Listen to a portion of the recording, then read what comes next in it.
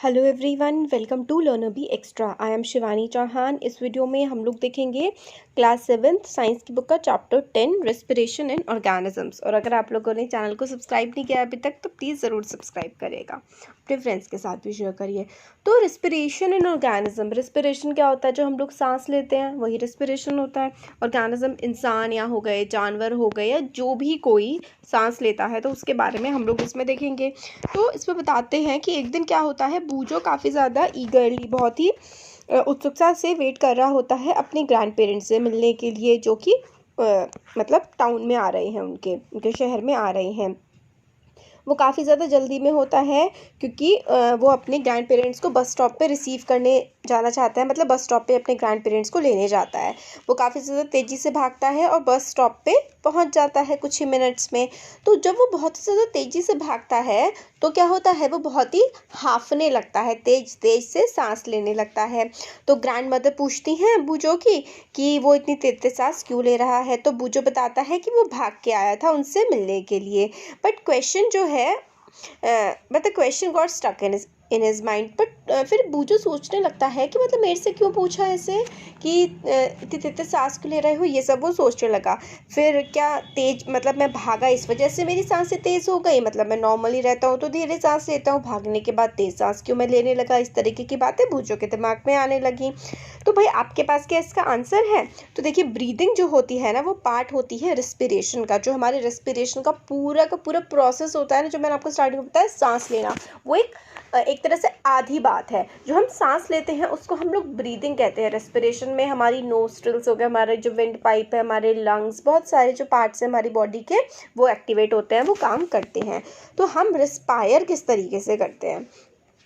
तो देखिए, चैप्टर 2 में हम लोगों ने पढ़ा था ऑर्गेनिजम्स जो होते हैं उनमें स्मॉल माइक्रोस्कोपिक यूनिट होती है जिनको हम लोग सेल्स बोलते हैं। मतलब जितने भी ऑर्गेनिज्म होते हैं उनमें क्या प्रेजेंट होते हैं, छोटी छोटी सी यूनिट्स होती है जिनको सेल बोला जाता है।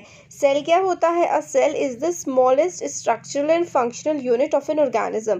तो सबसे छोटी यूनिट होती है जो कि काम कर सकती है किसी भी ऑर्गेनिज्म में। एक सेल होता है, सेल से बहुत सारे सेल मिलते हैं तो उसको टिश्यू बोलते हैं। टिश्यू, बहुत सारे टिश्यू मिलते हैं तो ऑर्गन, और फिर ऑर्गन से ऑर्गन सिस्टम, और ऑर्गन सिस्टम से एक पूरा का पूरा ह्यूमन बनता है।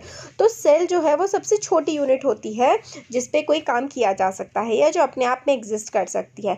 हर सेल जो होता है किसी भी ऑर्गेनिज्म का, वो अपना पर्टिकुलर फंक्शन परफॉर्म कर रहा होता है। जैसे कि कोई न्यूट्रिशन दे रहा होता है हमें, कोई किसी सामान को एक जगह से दूसरी जगह ट्रांसपोर्ट कर रहा होता है, एक्सक्रीशन कर रहा होता है, फिर रिप्रोडक्शन कर रहा होता है। तो इन सब चीज़ों का मतलब भी हम लोग देखेंगे। देखिए, न्यूट्रिशन दे रहा होता है का मतलब है हम लोग जो खाना खा रहे हैं वो खाना हमारी बॉडी में लग रहा है, हमारी बॉडी उसको यूटिलाइज कर पा रही है, यही तो न्यूट्रिशन है। ट्रांसपोर्टेशन का मतलब है आपने मुंह से खाना खाया, आपके पेट में गया, डाइजेस्ट होकर के आपके खून में मिल गया, उससे आपको न्यूट्रिशन मिल रहा है, कुछ वेस्ट प्रोडक्ट आपकी बॉडी के बाहर निकल जाते हैं। फिर एक्सक्रीशन, एक्सक्रीशन का मतलब है वही वेस्ट प्रोडक्ट का बॉडी से बाहर निकल जाना। रिप्रोडक्शन का मतलब होता है दोबारा से प्रोड्यूस होना, मतलब नई जनरेशन का पैदा होना, बच्चे का जो पैदा होना होता है उसको रिप्रोडक्शन कहा जाता है। तो ये सारे के सारे फंक्शंस जो हैं वो सेल परफॉर्म करते हैं। अब ये सारे फंक्शंस को परफॉर्म करने के लिए सेल को एनर्जी की, ताकत की भी तो ज़रूरत है। जब हम लोग खाना खा रहे होते हैं, जब हम लोग सो रहे होते हैं, जब हम लोग पढ़ रहे होते हैं, इन सभी की सभी चीज़ों के लिए हम लोगों को एनर्जी की ज़रूरत होती है। पर ये एनर्जी आती कहाँ से है? कैन यू से कि आपके पेरेंट्स क्यों परसिस्ट करते हैं, इंसिस्ट करते रहते हैं, बार बार जोर देते हैं कि आप लोगों को रेगुलरली सही तरीके से खाना खाना चाहिए। फूड जो होता है उसमें क्या होती है? The food has stored energy. जो हमारा खाना होता है ना उसमें एनर्जी स्टोर होती है, which is release during respiration. और जो खाना होता है, हम लोग जब सांस ले रहे होते हैं, सांस छोड़ रहे होते हैं, रेस्पिरेशन कर रहे होते हैं, उसमें एनर्जी की ज़रूरत पड़ती है। इसलिए सारे के सारे ऑर्गेनिज्म जो होते हैं रेस्पायर करते हैं to get energy from food. खाना जो हम लोग खाते हैं ना, जब हमारे रेस्पिरेशन के प्रोसेस के थ्रू ही उस खाने से हम लोगों को एनर्जी मिल पाती है। वही हम इस चैप्टर में देखने वाले हैं। जब हम लोग ब्रीदिंग कर रहे होते हैं तो हम लोग जो हवा जो अपनी बॉडी में लेते हैं, हवा में जो ऑक्सीजन होती है उसको हम लोग बॉडी में लेते हैं, और हम लोग अपनी बॉडी से बाहर क्या छोड़ते हैं? कार्बन डाइऑक्साइड मतलब सांस में अंदर जो हम लेते हैं उसको हम लोग ऑक्सीजन लेते हैं और बाहर हमारी बॉडी से निकलती है कार्बन डाइऑक्साइड। एयर जो हम लोग ब्रीथ करते हैं अंदर बॉडी के लेते हैं वो बॉडी के अलग अलग पार्ट्स में जाती है और अल्टीमेटली हमारी बॉडी के सेल्स में पहुंचती है। सेल्स में जो है oxygen in the air helps in the break down of the food. तो हम लोगों ने बाहर से ऑक्सीजन ली है ना, फिर हमारी बॉडी के जो सेल्स होते हैं वो खाना जो है उसको तोड़ने में मदद करते हैं। मतलब हमारा जो खाना है वो ऑक्सीजन की वजह से ब्रेक होता है और उस खाने के ब्रेक होने की वजह से हम लोगों को एनर्जी मिलती है। तो the process of break down of food in the cell with the release of energy is called cellular respiration. तो जो प्रोसेस होता है ना खाने के टूटने का, और खाने को वो तोड़ता है और खाने को तोड़ने के बाद उसमें से एनर्जी निकलती है, इस चीज़ को हम लोग सेलुलर रेस्पिरेशन बोलते हैं। Process of break down of food, खाने का टूटना जो हम खा रहे हैं इन द सेल में खाने का टूटना और फिर उससे एनर्जी का रिलीज होना, एनर्जी का निकलना, इसको हम लोग क्या बोलते हैं, सेलुलर रेस्पिरेशन बोलते हैं। और cellular respiration takes place in the cells of all organism, और सेलुलर रेस्पिरेशन हर एक ऑर्गेनिज्म के सेल्स में हो रहा होता है। In the cell the glucose is broken down into carbon dioxide. Cell में क्या होता है, ग्लूकोज जो है ना वो कार्बन डाइऑक्साइड में टूट रहा होता है, ठीक है, और वाटर निकलता है और एनर्जी रिलीज होती है। हम जो खाना खाते हैं वो सारा ग्लूकोज की फॉर्म में कन्वर्ट हो जाता है बॉडी में, उससे ऑक्सीजन जब उस पर जाकर के लगती है उससे कंबाइन करती है तो कार्बन डाइऑक्साइड प्रोड्यूस होती है जो हम अपनी बॉडी के बाहर छोड़ देते हैं, और वाटर भी रिलीज होता है और एनर्जी भी रिलीज होती है। तो देखिए क्या होता है, तो क्या होता है ना इसमें जो हम लोग खाना खा रहे होते हैं वो ब्रेक डाउन होता है, वो टूटता है ऑक्सीजन की प्रेजेंस में। तो ठीक है, break down of glucose occurs with the use of oxygen and it is known as aerobic respiration. तो हम लोग जो खाना खा रहे होते हैं वो ऑक्सीजन की प्रेजेंस में क्या होता है, ब्रेक होता है। तो ऑक्सीजन की प्रेजेंस में जो खाना ब्रेक होता है उसको हम लोग कहते हैं एरोबिक रेस्पिरेशन। ठीक हो गया। तो food can also be broken down without the use of oxygen, बिना ऑक्सीजन के यूज के भी खाना जो है वो ब्रेक डाउन किया जा सकता है। इस तरीके के प्रोसेस को हम लोग एनएरोबिक रेस्पिरेशन कहेंगे। तो ऑक्सीजन की प्रेजेंस में जब हमारा खाना ब्रेक डाउन होता है तो उसको हम लोग एनएरोबिक रेस्पिरेशन कहते हैं, और जब बिना ऑक्सीजन के, in the absence of oxygen, जब खाना ब्रेक डाउन होता है तो हम उसको एनएरोबिक रेस्पिरेशन कहते हैं। ये चीज़ बहुत ज़्यादा इंपॉर्टेंट है, एग्जाम में बहुत ज़्यादा पूछी जाती है कि एरोबिक रेस्पिरेशन क्या होता है, एनएरोबिक रेस्पिरेशन क्या होता है, तो आपको याद रखना है। और प्रोसेस ये होता है, ये फिर आपको डायग्राम भी बनाना है कि ग्लूकोज प्रेजेंस ऑफ ऑक्सीजन में कार्बन डाइऑक्साइड वाटर और एनर्जी रिलीज होती है। कुछ ऑर्गेनिजम्स होते हैं जैसे कि ईस्ट, वो एब्सेंस ऑफ एयर में यानी कि एब्सेंस ऑफ ऑक्सीजन में काम करते हैं। तो एब्सेंस ऑफ ऑक्सीजन में कौन से ऑर्गेनिज्म सर्वाइव कर पाते हैं, उसमें से एक एग्जाम्पल है ईस्ट। तो इस तरीके के ऑर्गेनिजम्स को हम लोग एनारोब्स कहते हैं। एनारोब्स क्यों कहते हैं, क्योंकि भाई वो बिना ऑक्सीजन के रह लेते हैं, जो ऑक्सीजन की प्रेजेंस में रहते हैं वो एरोबिक होते हैं, जैसे कि ह्यूमन बींग्स हो गए। और ईस्ट का एग्जाम्पल यहाँ पे दिया हुआ है, वो होते हैं एनारोब्स। तो यहाँ वहाँ पे ग्लूकोज कैसे ब्रेक डाउन होता है, जब एब्सेंस ऑफ ऑक्सीजन होता है ना तो they get energy through the anaerobic respiration. East जो होता है इसमें क्या होता है, ग्लूकोज जो है एब्सेंस ऑफ ऑक्सीजन होती है तो कार्बन डाइऑक्साइड और एनर्जी तो देखिए दोनों में बनेगी। देखिए यहाँ भी बन रही थी, यहाँ भी बन रही थी, बट यहाँ पर देखिए क्या है, वाटर की जगह क्या बन रहा है, अल्कोहल बन रही है, शराब। ठीक है, तो ये अल्कोहल डिफरेंट फॉर्म का है। तो जब एरोबिक रेस्पिरेशन होता है तो कार्बन डाइऑक्साइड, मतलब ऑक्सीजन की प्रेजेंस में रेस्पिरेशन होता है तो कार्बन डाइऑक्साइड, वाटर और एनर्जी बनते हैं। और जब ऑक्सीजन की एब्सेंस में होता है तो फिर अल्कोहल, कार्बन डाइऑक्साइड और एनर्जी हमारे फॉर्म होते हैं। ईस्ट में ये प्रोसेस चलता है। अब ईस्ट क्या होता है, ईस्ट जो है वो एक सिंगल सेल्ड ऑर्गेनिज्म है। They respire anaerobically and during this process they yield alcohol, तो वो अल्कोहल बना देते हैं। तो जब एनारोबिक जो अल्कोहल इंडस्ट्रीज में अल्कोहल बनता है ना वो इसी ईस्ट की वजह से ही होता है। जो ईस्ट बैक्टीरिया होता है ना इसी की हेल्प से बनाया जाता है उसको। तो वाइन मेकिंग में, बियर मेकिंग में ईस्ट का इस्तेमाल करते हैं। हमारे जो मसल सेल्स हैं, मतलब ह्यूमन की बॉडी भी एनारोबिकली रिस्पायर कर सकती है, मगर बहुत ही थोड़े टाइम के लिए। जब टेम्परेरी डेफिशिएंसी, कमी हो जाती है एनवायरनमेंट में ऑक्सीजन की, तो हमारी बॉडी भी एनारोबिकली रिस्पायर कर सकती है, सांस ले सकती है, मतलब चल सकता है थोड़े टाइम के लिए। बहुत ज़्यादा जब हैवी एक्सरसाइज कर लेते हैं, फास्ट रनिंग करते हैं, साइकिलिंग, या फिर बहुत ही तेज़ हम लोग चल रहे होते हैं काफ़ी ज़्यादा टाइम तक, तो हमारी बॉडी की जो एनर्जी की डिमांड होती है, हमारी बॉडी को ताकत की काफ़ी ज़्यादा ज़रूरत होती है, मगर सप्लाई ऑफ ऑक्सीजन इसमें लिमिटेड हो जाती है। अगर लिमिट, आप बहुत तेज़ भाग रहे हैं, बहुत ही तेज़ हाँफने लगते हैं तो ऑक्सीजन की आपकी बॉडी में कमी होने लगती है। अगर आप बहुत ही ज़्यादा देर तक वर्कआउट कर रहे हैं तो एनारोबिक रेस्पिरेशन हमारी बॉडी में होने लगता है in the muscle to fulfil the demand of energy. तो एनारोबिक रेस्पिरेशन मतलब एब्सेंस ऑफ ऑक्सीजन जो होता है उसमें हमारा लैक्टिक एसिड और एनर्जी रिलीज हो जाती है बॉडी से, है ना। ग्लूकोज मसल्स जो होते हैं मतलब हमारी जो बॉडी में ग्लूकोज होता है ना वो यूज़ करने लगते हैं और एनर्जी बॉडी के बाहर निकलने लगती है। तभी तो मोटे लोग फिर पतले हो जाते हैं, क्योंकि ग्लूकोज जो बॉडी में है उसका इस्तेमाल करने लगती है हमारी बॉडी। तो एब्सेंस ऑफ ऑक्सीजन में क्या होता है, लैक्टिक एसिड और एनर्जी प्रोड्यूस होती है। तो क्या होता है, मसल क्रैम्प भी इसकी वजह से होता है, मतलब पैरों में यहाँ पर में मसल्स में दर्द होने लगता है ना जब बहुत ज़्यादा भागते हैं, तो वो एनारोबिक रेस्पिरेशन की वजह से होता है। तो हैव यू एवर वंडर्ड कि आपके मसल क्रैम्प्स जो आते हैं, मसल क्रैम्प्स मतलब मसल्स में दर्द होने लगता है क्योंकि आप लोग एनारोबिकली रिस्पायर कर रहे होते हैं, पार्शियल ब्रेक डाउन हो रहा होता है ग्लूकोज का लैक्टिक एसिड में। तो जो ग्लूकोज है उसका काफ़ी ज़्यादा पार्शियल ब्रेक डाउन होता है लैक्टिक एसिड में। किस में कन्वर्ट हो रहे होते हैं, वो लैक्टिक एसिड में कन्वर्ट हो रहे होते हैं।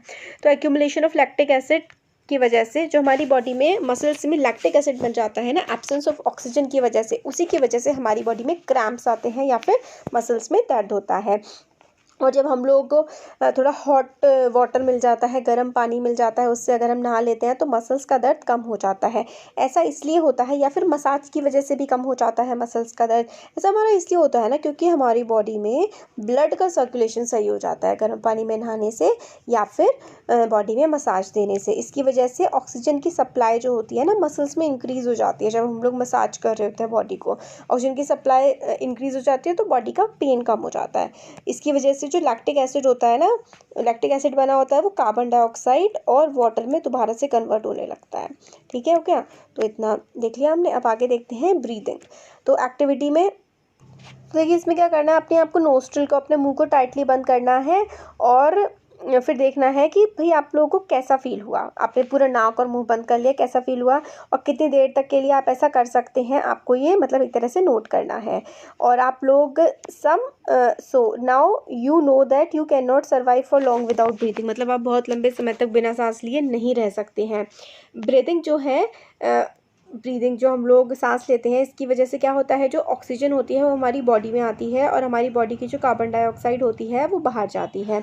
Taking in air rich in oxygen into the body is called inhalation. तो ये भी इंपॉर्टेंट है, आपके एग्जाम में पूछा जा सकता है कि इनहेलेशन क्या होता है। तो बॉडी में जब हम सांस लेते हैं तो ऑक्सीजन रिच एयर, ऑक्सीजन अधिक मात्रा में जो हवा होती है जिसमें ऑक्सीजन प्रेजेंट होती है, वो जब हम अपनी बॉडी में लेते हैं उसको हम लोग इनहेलेशन बोलते हैं। And giving out air rich in carbon dioxide is called exhalation. और ऐसी हवा जो कि जिसमें कार्बन डाइऑक्साइड की मात्रा काफ़ी ज़्यादा होती है उसको हम लोग एक्सहेलेशन बोलते हैं।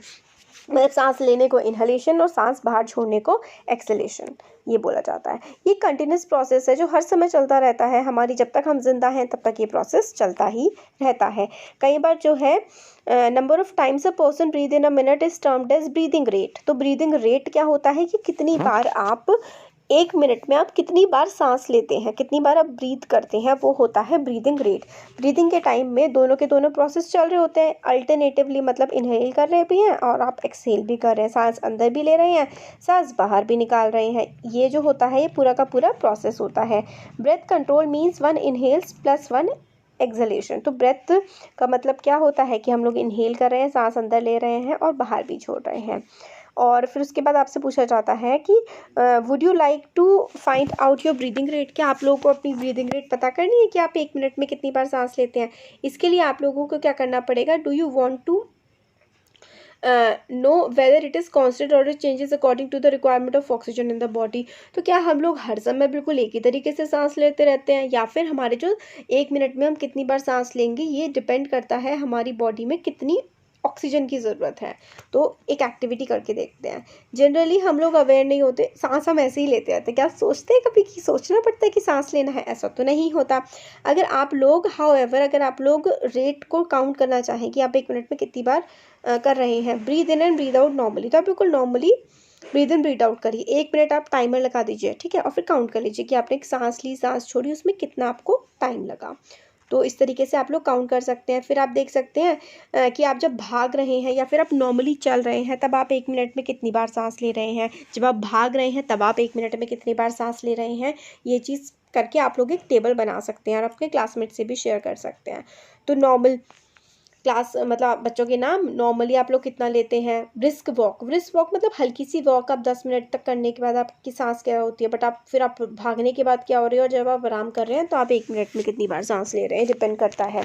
ठीक है, तो जब हम लोग आराम कर रहे होते हैं तो हमारा ब्रीदिंग रेट काफ़ी स्लो हो जाता है। जब हम भाग रहे होते हैं तो हमारा ब्रीदिंग रेट काफ़ी तेज़ हो जाता है, तो हम तेज तेज सांस लेते हैं। तो इसमें हमें बताया गया है एवरेज जो एक एडल्ट ह्यूमन होता है, मतलब 18 साल से ऊपर का जो एक ह्यूमन होता है, उसका जो ब्रीदिंग रेट होता है वो 15 से 18 बार 15 to 18 टाइम्स वो 1 मिनट में सांस लेता है।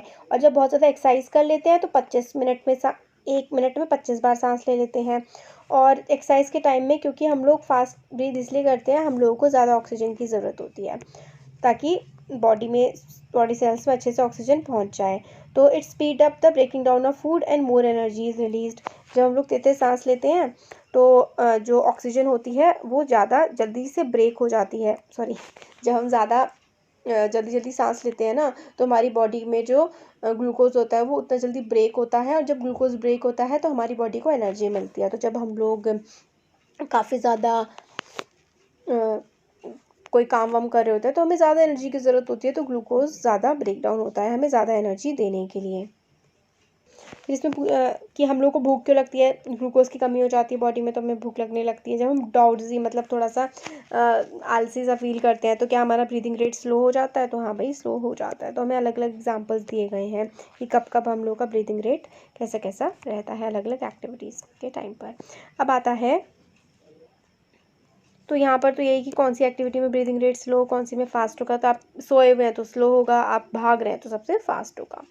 तो इसमें बताते हैं हाउ डू वी ब्रीथ, किस तरीके से हम लोग सांस लेते हैं।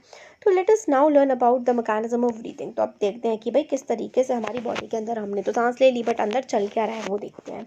नॉर्मली हम लोग क्या करते हैं, हवा जो है ऑक्सीजन अपनी नोस्ट्रल से, हमारी जो नाक होती है ना, ये देखिए यहाँ पे नाक में तो जो छेद होते हैं वो नोस्ट्रल्स होती हैं, नोस्ट्रल्स के थ्रू हम लोग अपनी बॉडी के अंदर ऑक्सीजन लेते हैं।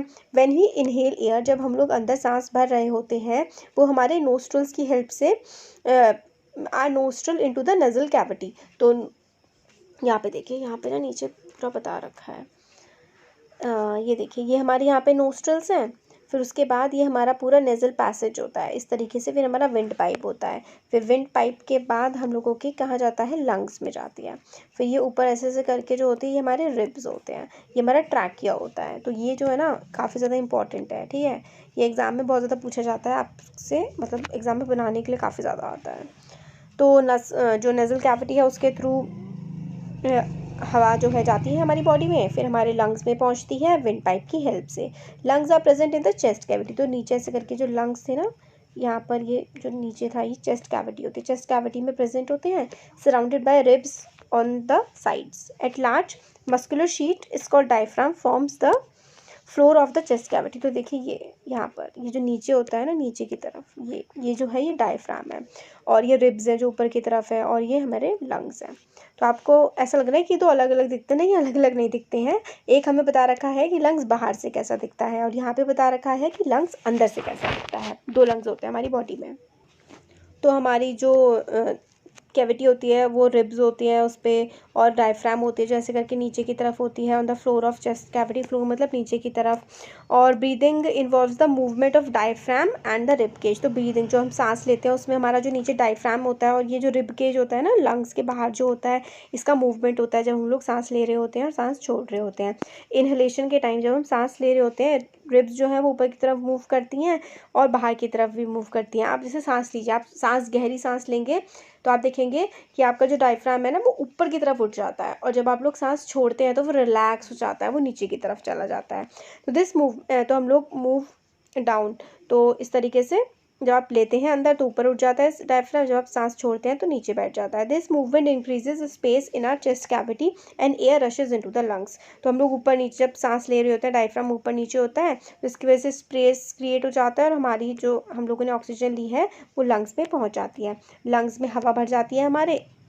एक्सलेशन के टाइम में रिब्स जो हैं वो नीचे की तरफ मूव कर जाती हैं और diaphragms moves up in its former position. ठीक हो क्या? तो हमारा जो है रिब्स हो गए, डायफ्राम होगा, उसका जो है मूवमेंट ऊपर नीचे चलता रहता है। तो चेस्ट कैविटी में अपना वो मतलब ऊपर नीचे जैसे कि हम लोगों ने सांस ली तो इस तरीके से हमारी जो बॉडी में डायफ्राम है, रिब्स है, मूव करते रहते हैं और हवा के लिए स्पेस बन जाता है और फिर वो हमारे लंग्स में चले जाते हैं। फिर हमें ये बताया गया है कि आप लोग सांस जब लेते हैं तो उसके हिसाब से आप लोग देख सकते हैं कि कैसे मूवमेंट हो रही है। तो हम लोगों ने ब्रीदिंग के बारे में पढ़ लिया, तो वही है ब्रीदिंग। तो after having learn that during breathing there is a changes in the size of the chest cavity. सांस लेते हैं तो चेस्ट कैविटी जो होती है, चेस्ट कैविटी मतलब यही हो गया ना, ये देखिए ये जो पूरा एरिया है, जैसे कि यहाँ पर ये चेस्ट कैविटी होता है, तो चेस्ट कैविटी का सांस लेते हैं छोड़ते हैं तो साइज इंक्रीज डिक्रीज होता रहता है और एक्सपेंशन और रिलैक्सेशन होता है। हर कोई पोस्ट करता है, मतलब बोलता है that he she could expanded maximum, सबसे ज़्यादा वो सांस ले सकते हैं और सबसे ज़्यादा चेस्ट कैविटी को फुला सकते हैं। तो इसमें वही है कि the air around us has various type of unwanted particles, जैसे कि हमारे आसपास की जो हवा होती है वो काफ़ी ज़्यादा पोल्यूटेड होती है, उसमें स्मोक होता है, डस्ट होता है, पॉलन्स पार्टिकल होते हैं।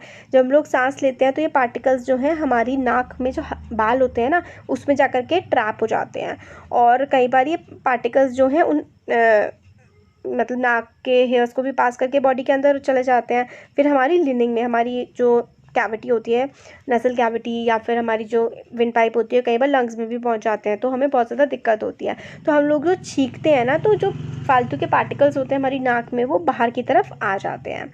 तो यही हमें स्नीजिंग के बारे में बताया गया है। और हमें यहाँ पर बताया है कि स्मोक करने से हमारे जो लंग्स होते हैं वो डैमेज हो जाते हैं, स्मोक करने से कैंसर भी होता है, इसलिए ये चीज़ें हमें अवॉइड करनी चाहिए, कभी भी नहीं करनी चाहिए। तो हम लोगों ने देखिए इनहेल किया, जब सांस ली तो डायफ्राम क्या होता है, इस तरीके से ऐसे इस शेप में डायफ्राम ऐसे ऊपर की तरफ उठ जाता है और फिर जैसे कि एयर अंदर की तरफ गई, रिब्स जो है रिब्स बाहर की तरफ मूव करती हैं और डायफ्राम्स जो है ऊपर, इस तरीके से आप सांस लीजिए, डायफ्राम क्या होगा, ऊपर की तरफ उठ जाएगा, ठीक है। सॉरी, डायफ्राम जो है वो नीचे की तरफ उठता है और रिब्स ऊपर की तरफ उठती है। शायद मैंने पहले डायफ्राम के लिए ऊपर की तरफ बोल दिया था ना, तो सॉरी अगर ध्यान नहीं है मुझे, मैंने बोला था क्या। तो रिब्स जो है जब हम सांस ले रहे होते हैं ना, इनहेल कर रहे होते हैं, जब सांस, ये आप बिल्कुल याद कर लीजिए, जब हम सांस ले रहे होते हैं तो रिब्स जो है वो ऊपर की तरफ उठती है, रिब्स जो है वो ऐसे करके ऊपर की तरफ उठती हैं और डायफ्राम जो है वो नीचे की तरफ जाता है, ठीक हो गया।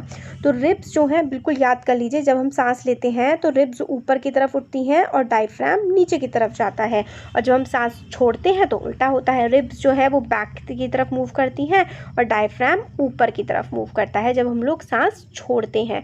जब हम लोग सांस ले रहे होते हैं तो देखिए पेट बिल्कुल ऊपर की तरफ हो जाता है ना, तो हमारी वो रिब्स होती हैं, तो रिब्स जो है वो ऊपर की तरफ मूव करती हैं जब हम सांस ले रहे होते हैं, और जो डायफ्राम है वो क्या होता है, मूव्स डाउन नीचे की तरफ। तो बिल्कुल इसको याद कर लीजिए।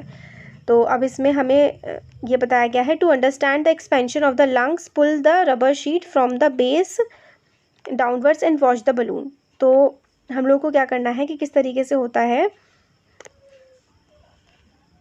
तो यहाँ पे देखिए थोड़ा सा हमें एग्जांपल दे रखा है कि अगर आप बलून पे एक रबड़ बांधेंगे तो अगर आप उसको यहाँ से धागे को बांधेंगे तो ये ऊपर से क्या हो जाएगा, ये फूल जाएगा और नीचे से क्या हो जाएगा, ये दब जाएगा। तो हमें यही एग्जांपल दे रखा है, जैसे कि यहाँ पर जब हम लोग डायफ्राम जो है वो नीचे की तरफ मूव करता है जब हम सांस लेते हैं, और रिब्स जो है वो ऊपर की तरफ मूव कर जाते हैं, बस यही हमें बता रखा है। तो आगे का जो है ना ये पार्ट, ये what do we breathe out, हम लोग क्या ब्रीद आउट करते हैं बाहर, और ये आगे का जो सारा का सारा पार्ट है ये हम लोग नेक्स्ट वीडियो में देखेंगे। तो कैसा लगा वीडियो ज़रूर बताइएगा, अच्छा लगा तो लाइक करिए, चैनल को सब्सक्राइब करिए, अपने फ्रेंड्स के साथ भी ज़रूर शेयर करिएगा। Thank you.